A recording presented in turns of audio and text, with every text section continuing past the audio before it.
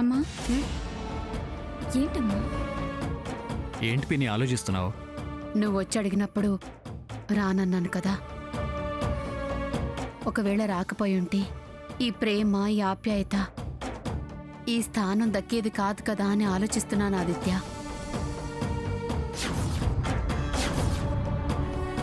చెల్లిగా దాన్ని, తల్లిగా నన్ను నువ్వు ఆరాధిస్తున్న తీరు నా కళ్ళు చెమ్మగిల్లేలా చేస్తున్నాయి. అత్తయ్య గారు. అవునమ్మా, ఈ పిలుపు, ఈ ఆదరణ నన్ను ఉక్కిరి బిక్కిరి చేస్తున్నాయి.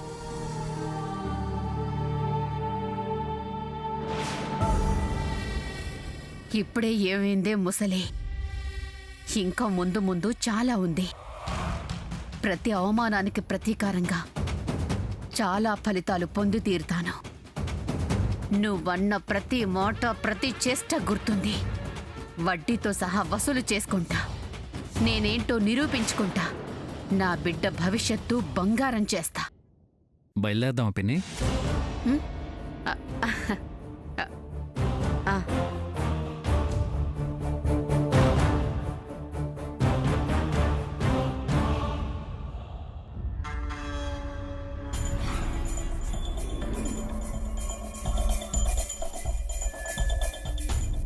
ఆదిత్య, ఏంటి పిన్ని? నేనలా ఓసారి ఊరు చూసొస్తాను. అందరం కలిసి వెళ్దాం అత్తయ్య గారు. లేదమ్మా, నేను ఒంటరిగా అలా ఓసారి వెళ్ళి రావాలనుకుంటున్నాను. సరే, మీ ఇష్టం పిన్ని. కార్లో వెళ్ళరండి. వద్దా ఆదిత్య, నేను నడుచుకుంటూ వెళ్ళొస్తాను. మీరు బయలుదేరండి. సరే రండి.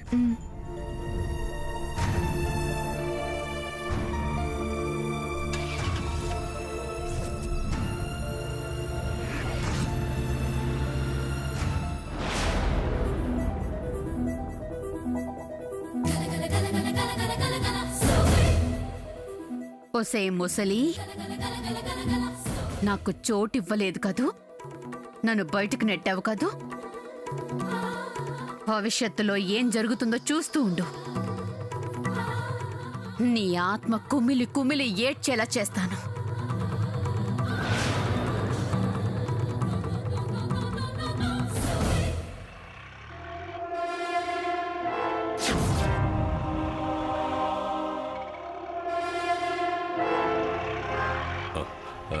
నమస్కారం అమ్మా.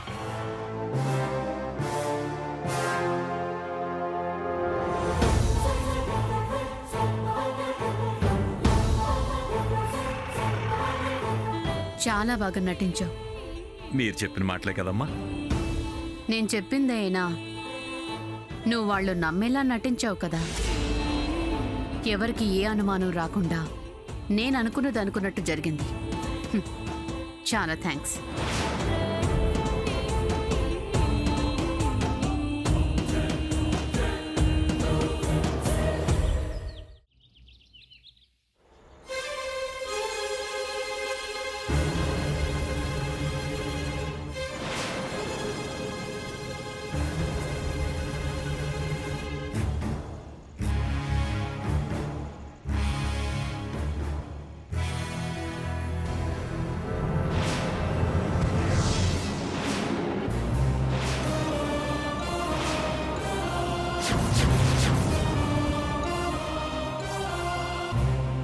ఇదేంటి, నాగమణి హారం లేదు?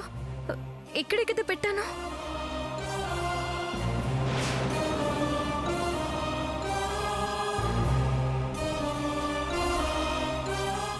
అయినా దాన్ని మధ్య అసలు తేనే తేలేదు. బాక్స్ ఉంది కానీ హారం లేదు. అయ్యో, అది కనపడకపోతే స్వాతి మెడలో వేయడం ఎలా?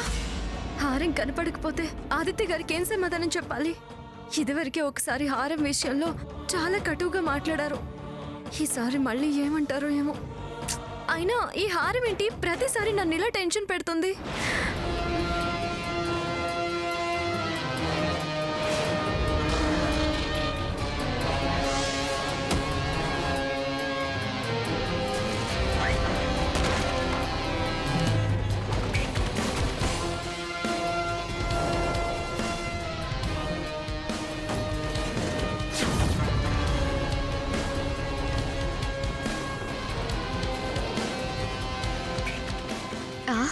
మొదలయ్యింది వెతుకులాట.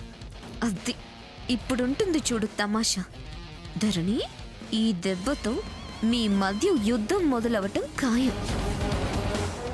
ఈ మధ్యలో రాజేయాల్సిన మంట రాజేసి ఉంచితే ఆ తర్వాత అదే దాన్ని దహించి వేస్తుంది.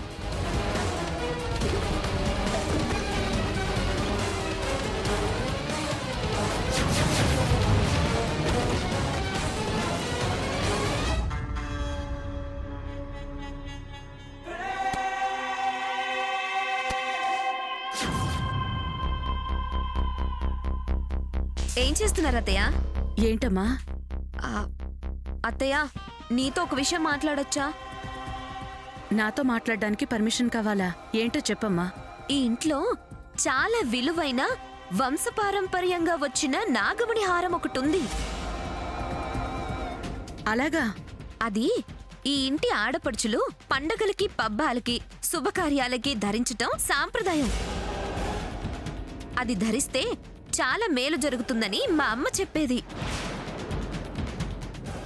బావేమో ఆ హారం స్వాతి మెడలో వేసి అమ్మవారి పూజ చేయిద్దామనుకున్నాడు. అది నా కూతురు అదృష్టం అమ్మా. చాలా అదృష్టం. కానీ ఆవిడగారు స్వాతికి దక్కనిస్తారో లేదో. ఆవిడెవరు? ఇంకెవరు? ఆదిత్య గారి భార్య శ్రీమతి ధరణీదేవి గారు. ఎందుకు వేయనివ్వదు? అయ్యో, ఎందుకేంటి? ఓర్వలేని తను. ఎక్కడ ఏ అదృష్టం వరించి మీకు మంచి జరుగుతుందేమో అని కుళ్ళు. హ, తనకి తప్ప ఎవ్వరికి ఏ లాభం దొరకకూడదని కోరుకునే గుణం.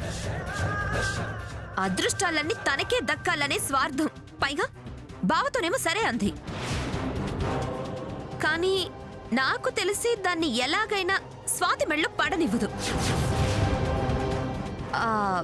అది కనిపించట్లేదనో, మెరుగు పెట్టడానికి ఇచ్చానో రకరకాల వంకలు చెప్పి వేయటం మానేసే ప్రయత్నం చేస్తుంది.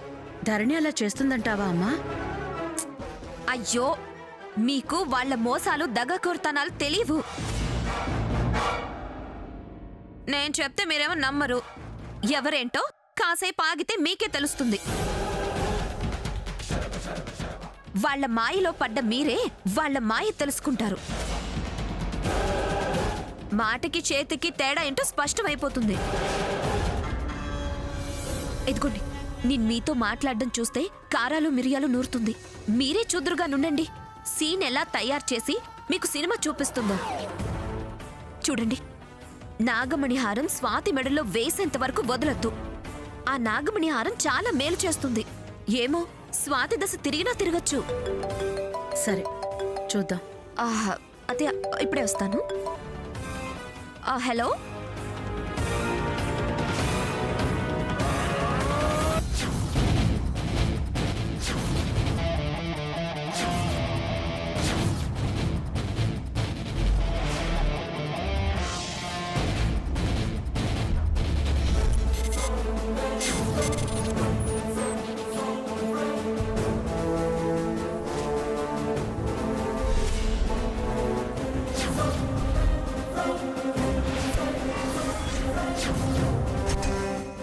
ఖచ్చితంగా ఇది లేఖ శ్రావణ్ల పనే.